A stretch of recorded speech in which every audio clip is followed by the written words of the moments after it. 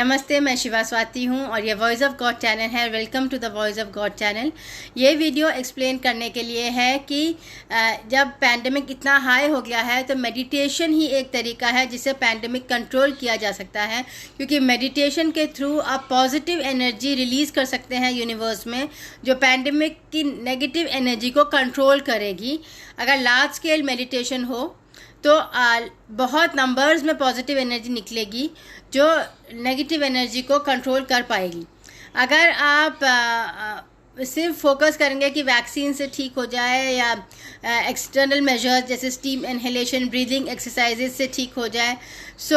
मगर आप नेगेटिव रहेंगे तो फिर भी आप इन्फेक्शन पकड़ेंगे, क्योंकि नेगेटिविटी की वजह से इन्फेक्शन आपके अंदर आता है। तो कहीं भी आपके अंदर नेगेटिविटी हो या आपके एटमॉस्फेयर में नेगेटिविटी हो, आपके पेरेंट्स में, आपके सिबलिंग्स में, आपके घर में, कहीं भी जहाँ नेगेटिविटी की एनर्जी आपके आसपास हो, जो होती ही है, अर्थ में नेगेटिविटी तो आसपास होगी ही।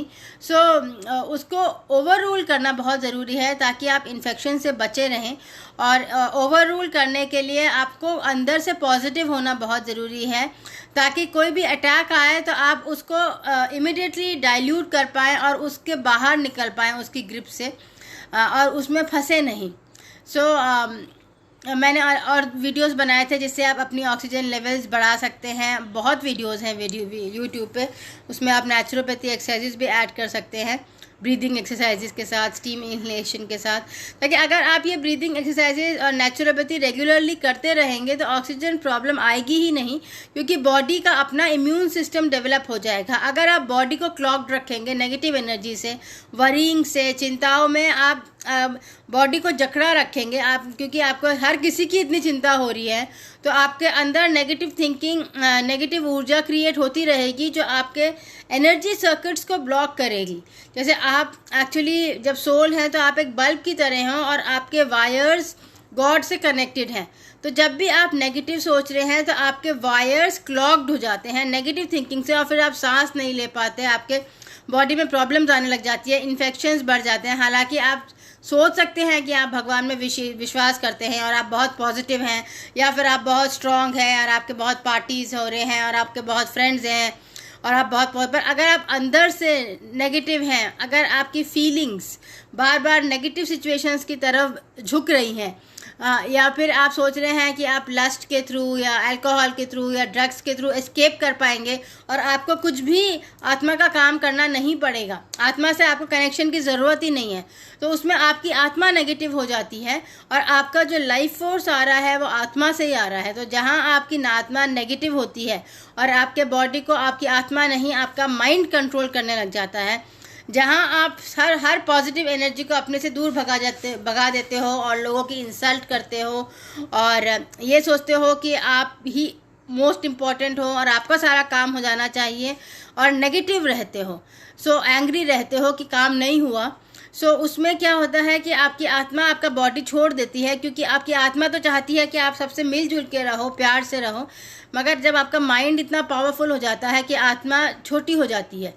इन द सेंस कि आप एक बल्ब की तरह हो और आपके वायर्स लाइट से कनेक्टेड हैं और आपकी बॉडी से ऊर्जा निकल रही है, मगर इतनी नेगेटिविटी आ गई कि वो वायर्स तो ब्लॉक हो गए, अंदर से बहुत कम लाइट बाहर जा पा रही है और एंगर, गुस्सा बहुत ज़्यादा जा रहा है, और दुनिया के सामने आप खुश हो मगर अंदर से आप हमेशा दुखी हो, वैक्यूम में हो। उसमें आपकी नेगेटिविटी बहुत हाई हो जाती है और फिर आप इन्फेक्शन से ससेप्टेबल हो जाते हो। कई लोग इन्फेक्शन से ससेप्टेबल होते हैं जिनकी इम्यूनिटी हाई होती है और वो निकल भी जाते हैं, मगर आपके अंदर अगर जीने की इच्छा ही नहीं रहती है तो आप जिंदा नहीं रह पाओगे पैंडेमिक में, बिकॉज अंदर से इच्छा होना बहुत ज़रूरी है, कंटेंटमेंट होना बहुत ज़रूरी है फाइट करने के लिए, और हर किसी की इच्छा नहीं होती है जीने की। कुछ लोगों के सर्कमस्टेंसेस ऐसे होते हैं कि वो निकलना चाहते हैं, हालांकि वो अपने आप से एडमिट नहीं करते हैं और वो बहुत दुखी होते हैं जाते वक्त, मगर उन्हें भी पता होता है कि अंदर ही अंदर उनके कुछ सपने बिखर गए हैं जो पूरे नहीं हुए हैं, और इस लाइफ में जीने में उनकी कोई और स्पिरिचुअल ग्रोथ नहीं है, तो वो बॉडी छोड़ के दूसरे बॉडी में जाना चाहते हैं, और उस टाइम पे फिर वो पैंडेमिक के थ्रू बॉडी छोड़ के दूसरे बॉडी में जा सकते हैं। ये टाइम ऐसा है कि अगर आप अपने ही बॉडी में ज़िंदा रहना चाहते हो तो अपने आप को बार बार बोलना कि दैट आप ज़िंदा रहना चाहते हो, मैं ज़िंदा रहना चाहता हूँ या मैं ज़िंदा रहना चाहती हूँ, और स्टीम इन्हेलेशन और ब्रीदिंग एक्सरसाइजेस करना, और साथ में मेडिटेशन करना, ध्यान लगाना।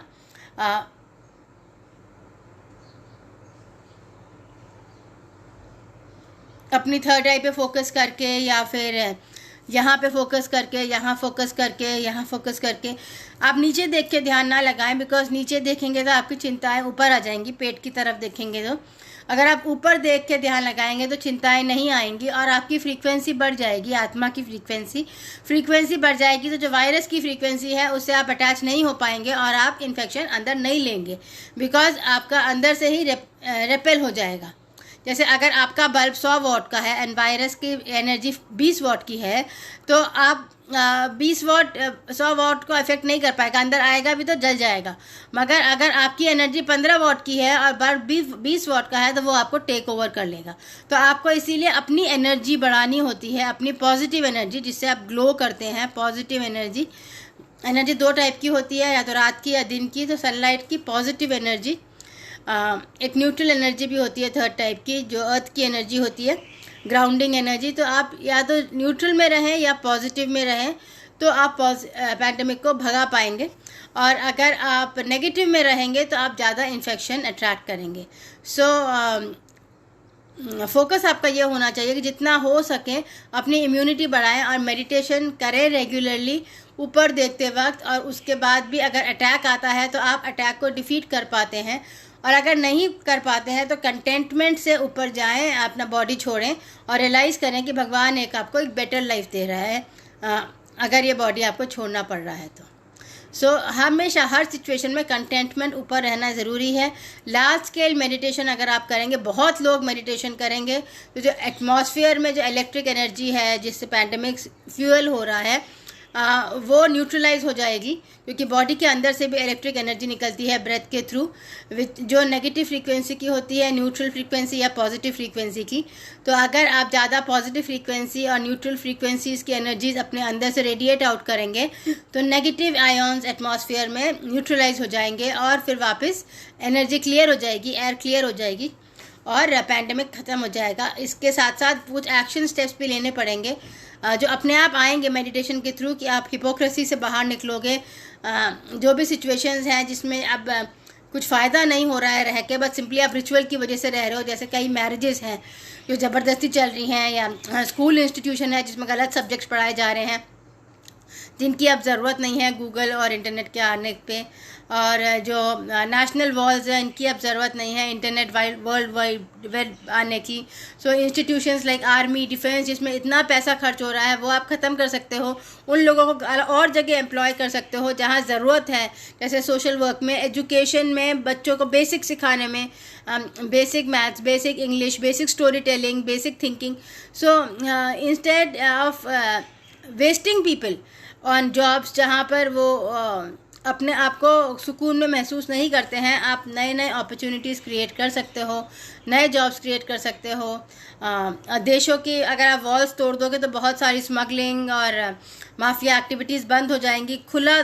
कारोबार हो जाएगा, तो उसमें भी बहुत ग्रोथ हो सकती है। सो ये चीज़ें मेडिटेशन के बाद ही आती हैं कि आपको रियलाइजेशन होता है। जब आप भागना बंद करते हो नेगेटिव डायरेक्शन में और अपने अंदर से लड़ना बंद करते हो, आप स्लो डाउन करते हो अपनी नेगेटिव थिंकिंग, तो अंदर से रियलाइजेशन आता है कि किस तरह दुनिया को ज़्यादा पॉजिटिव बना सकते हैं। और जब बहुत लोग पॉजिटिव सोचने लग जाते हैं, तब पैंडेमिक ख़त्म हो जाएगा और सतयुग आ जाएगा। तो thank you, please share, like and subscribe.